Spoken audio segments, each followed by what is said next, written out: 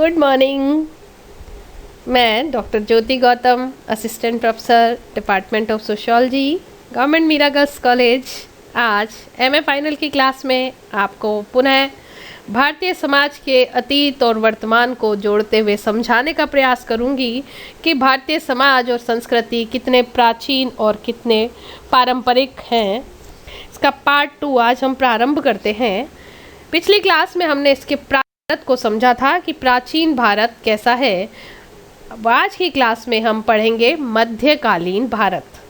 प्राचीन संस्कृति, वैदिक संस्कृति, सिंधु घाटी सभ्यता, ये हम अध्ययन कर चुके हैं। ये क्लास हमें समझाएगी भारत मध्यकाल में कैसा था और इसके कुछ पॉइंट्स जो हम आज समझ जाएंगे कि देश में मध्यकाल में क्या क्या परिवर्तन आए। मध्यकालीन भारत की प्रमुख सामाजिक घटनाएं और उनके द्वारा उत्पन्न प्रमुख सामाजिक प्रवृत्तियां निम्न रूप में प्रकट की जा सकती हैं, निम्न रूप समझी जा सकती हैं। इस सदी में मध्यकाल में कुछ विशेष घटनाएं हुई जिसका देश पर बहुत प्रभाव पड़ा, देश की संस्कृति उससे बहुत प्रभावित हुई। उसमें कुछ प्रमुख रूप से इस तरह से है। 711 ईस्वी में सिंध पर अरबों का आक्रमण हुआ। इसमें मोहम्मद बिन कासिम की जीत हुई और भारत इस्लाम के संपर्क में आया पहली बार, लेकिन उसके प्रसार को सफलतापूर्वक रोक लिया गया। उसका प्रसार यहाँ पर नहीं हो पाया। इसके पश्चात 1001 से 1026 ईस्वी के दौरान महमूद गजनवी के नेतृत्व में उत्तर भारत पर तुर्कों का आक्रमण हुआ, जिसमें महमूद ने काठियावाड़ में सोमनाथ का मंदिर, काशी में विश्वनाथ का मंदिर एवं मथुरा के मंदिरों को तोड़ा और बहुत सारा धन लूट के ले गया। उसके पश्चात 1192 ईस्वी में मोहम्मद गौरी ने पृथ्वीराज चौहान को हराकर दिल्ली में स्थायी इस्लामी सल्तनत स्थापित की। 1498 में पुर्तगाली भारत में आए और गोवा को अपना शक्ति केंद्र बनाया।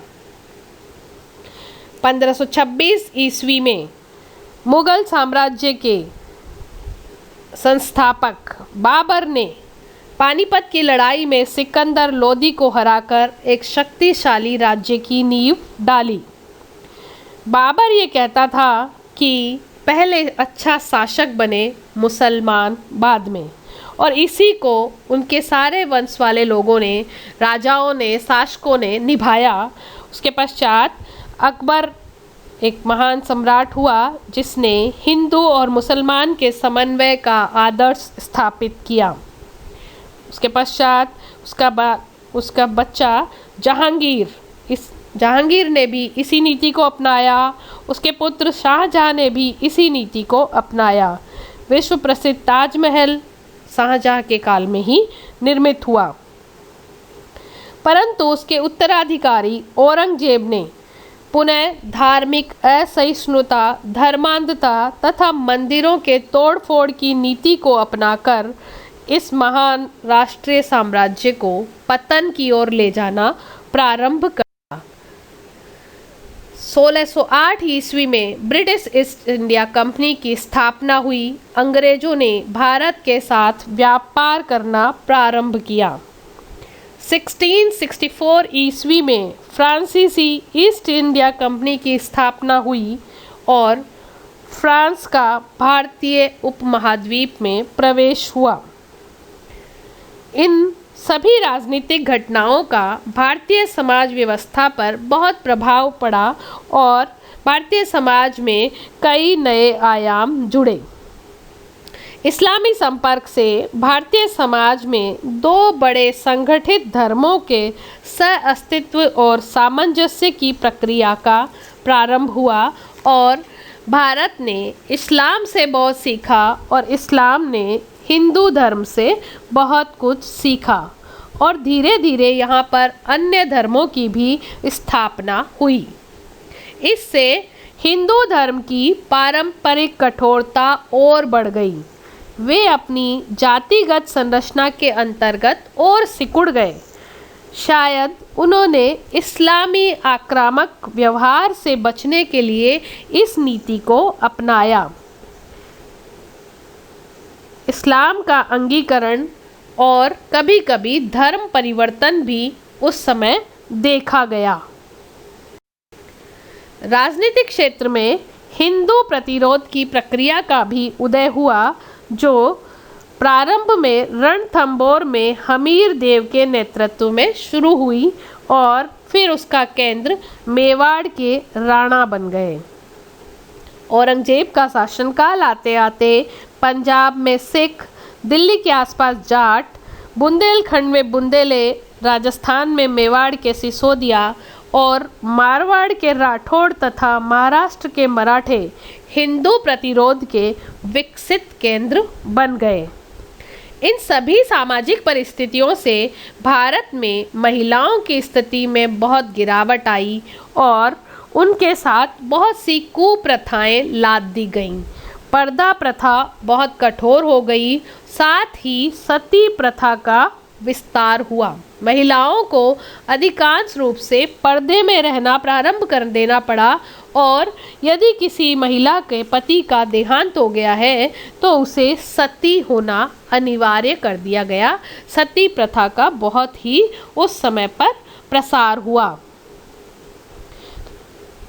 निकोलो कॉन्टी ने कहा है कि राजा के विजयनगर में दक्षिण में हिंदुओं का शक्तिशाली साम्राज्य था और उस समय उनका देवराया राज्य था।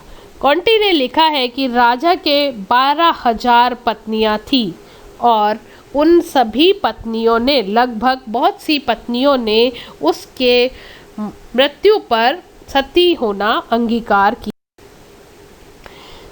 हमारे देश में इस्लामों का आक्रमण हुआ, इस्लाम शासन बहुत लंबे समय तक रहा, तो उनका हमारे जीवन काल पे, हिंदू संस्कृति पे, प्राचीन भारत पे, मध्यकालीन भारत पर बहुत प्रभाव पड़ा। इस्लाम ने वेशभूषा, खान पान और वास्तुकला सभी को प्रभावित किया। इसके अलावा संगीत, नृत्य, चित्रकारी में भी इस्लामी प्रभाव को हम देख सकते हैं। और जो ये सारे प्रभाव थे, इनके कारण जनसाधारण की आर्थिक स्थिति बहुत ही बदतर होती चली गई। इस समय सामंत शाही शासन का उदय हुआ, कृषि अनार्थिक होती चली गई, व्यापारिक वर्ग का विकास हुआ, शिक्षा धर्म केंद्रों में केंद्रित हो गई, पुरोहित वर्ग का मुसलमानों और हिंदुओं दोनों में प्रभाव बढ़ता चला गया और मध्यकालीन भारत में बहुत सारी रूढ़ियाँ और गलत परंपरा जुड़ती चली गई। मध्यकालीन भारत का प्रारंभ इस्लाम के संपर्क से हुआ, उसका अंत पश्चिम के प्रभुत्व के प्रारंभ से हुआ। विकास के इस क्रम में भी भारत की आध्यात्मिक खोज की परंपरा निरंतर बनी रही। तो आज हमने समझा कि मध्यकालीन भारत में क्या हुआ। तो मध्यकालीन भारत में सबसे पहले मुसलमानों का आक्रमण हुआ और अंत होते होते यहाँ पर हमारा British India east India company के साथ में संपर्क प्रारंभ हुआ और इस पूरे समय में सबसे ज़्यादा प्रभावित आम जनता हुई, हमारी परंपराएं हुई और हमारी संस्कृति हुई, जिससे देश में कई सारे चेंज आए और इसका प्रभाव महिलाओं पर भी बहुत पड़ा, जो कि कई सारी कुप्रथाओं से ग्रसित हो गई। इन पर बहुत सारी कुप्रथाएं लाद दी गई, जो आज हम देखते हैं। बाल विवाह, पर्दा प्रथा, सती प्रथा, वह सारे जो कुप्रथाएं थी, ये मध्यकाल में ही जोड़ दी गईं। इस समय शिक्षा का भी स्तर काफ़ी कमज़ोर था, शिक्षा समाज में बहुत ज़्यादा प्रचलन में नहीं थी।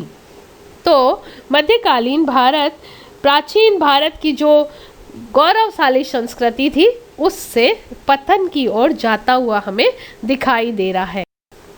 आपको समझ आ गया होगा कि हमारे देश में कब कब कौन कौन से आक्रमणकारी आए और किस किस ने देश के साथ में संपर्क स्थापित किया और किन किन का प्रभाव हमारे किन किन मूल्यों पर पड़ा। इसी के साथ थैंक यू वेरी मच।